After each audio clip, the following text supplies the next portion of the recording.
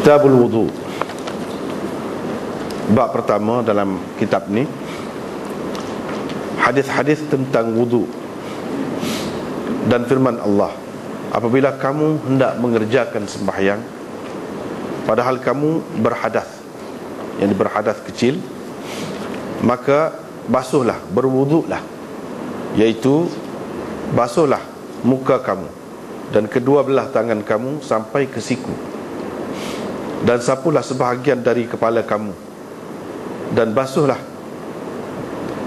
kedua belah kaki kamu sampai ke buku lali. Abu Abdullah berkata, Nabi SAW menjelaskan bahawa fardu wudu itu sekali-sekali. Nabi SAW juga berwudu dengan membasuh anggota wudunya 2 kali 2 kali dan 3 kali 3 kali. Beliau SAW tidak melebihi 3 kali.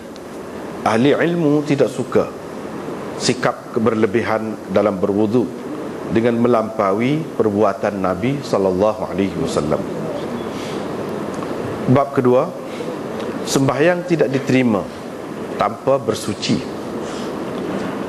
Dengan sanadnya Imam Bukhari meriwayatkan daripada Hammam bin Munabbih bahawa dia mendengar Abu Hurairah radhiyallahu anhu berkata, Rasulullah sallallahu alaihi wasallam bersabda, tidak diterima sembahyang orang yang berhadas sehinggalah dia berwudu.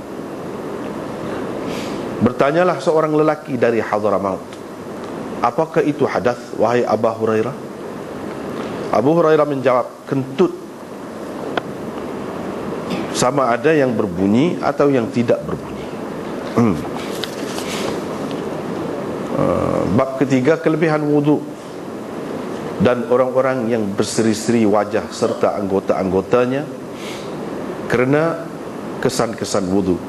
Dengan sanadnya Imam Bukhari meriwayatkan daripada Nu'aim Al-Mujmir, katanya, saya naik ke atas bumbung masjid bersama Abu Hurairah, dia pun berwudu, lalu berkata, saya telah mendengar Rasulullah SAW bersabda, sesungguhnya umatku akan dipanggil pada hari kiamat nanti dalam keadaan berseri-seri wajah dan anggota-anggotanya kerana kesan-kesan wudu.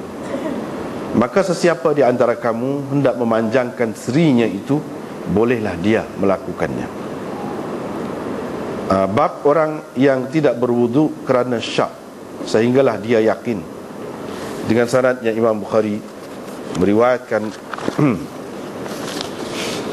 daripada Abbad bin Tamim, daripada bapa saudaranya, bahawa dia mengadukan kepada Rasulullah SAW tentang seseorang yang terasa bahawa dia mengalami sesuatu, yakni semacam mengalami sesuatu. Yang dimaksudkan di sini ialah terkentut di dalam sembahyangnya.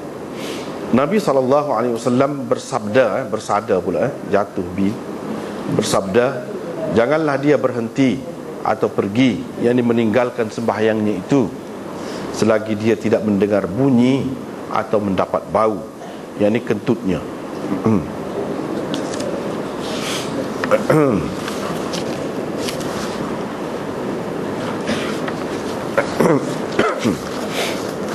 Kita tengok semula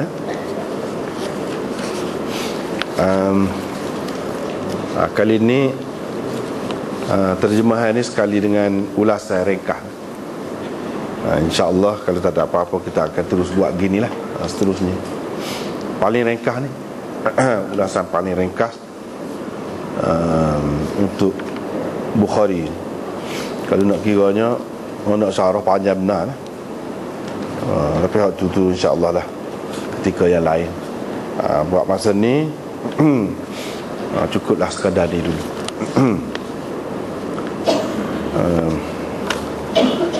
Kitabul Wudu, dalam kitab besar dia, iaitu kitab At-Taharah masuk tu. Imam Bukhari seperti mana kita maklum, dia mulakan kitab dia dengan Kitabul Wahyi, lepas tu Kitabul Iman, lepas tu Kitabul Ilm, Ini sekarang ni yang keempat, iaitu kitabut taharah ataupun kitabul wudu. Jadi tertib dia tu memang dia ada maksud dia lah. Ada maksud. Seperti selalu kita duduk sebut dah sebelum pada ni pun sebut iaitu memang iltizam Imam Bukhari. Iltizam dia dalam menyusun kitab dia ni ialah dia mesti ada munasabah, dia panggil. Jadi kesesuaian. Kemudian kita panggil kesesuaian, kesinambungan. Ni orang kata. Dari segi bab-bab dia tu, tertib bab dia tu. Ni tidak saja-sajalah dia buat tu. Hak ni bab apa, lepas hak ni hak ni pula, dia ada maksud dia yang tersendiri. Dan di situlah adanya kelebihan Bukhari. Di situ hak nombor satu sekali orang tengok situ. Walaupun dia tidak royak maksud saya buat kitabul wudu selepas ni gini ni, tak royak, tapi orang faham. Ibarat kata kita kata orang yang baca sajak ataupun syair lah, bahasanya tinggi. Kalau sajak lah terutamanya, tak tahu titik mana, tapi orang boleh faham. Mana-mana faham tu lah. Mana-mana faham tu lah. Jadi kau cerdik tak, kau halus perasaan dia, kau banyak dia boleh ambil daripada situ. Dengan sebab itulah banyak syarah-syarah Bukhari ni.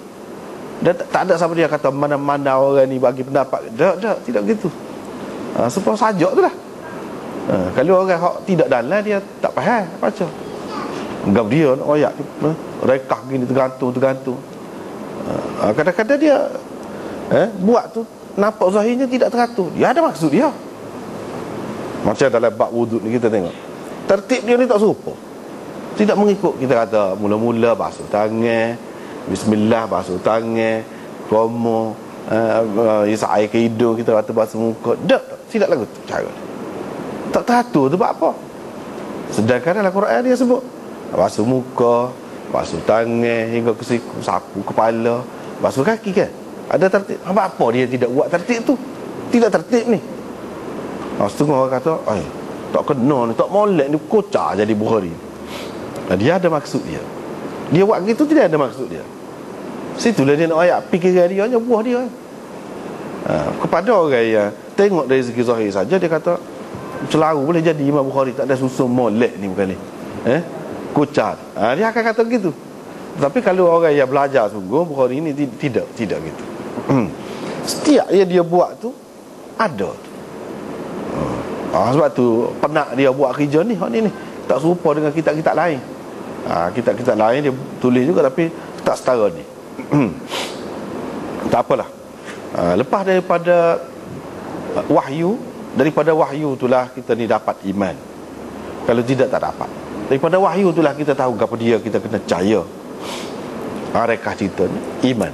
Sebab tu iman itulah hak paling penting. Dan hak paling istimewa dibawa oleh wahyu itu iman. Iman ni tak boleh nak dicapai dengan akal. Kalau tak royak tak boleh nak tentukan. Itu iman.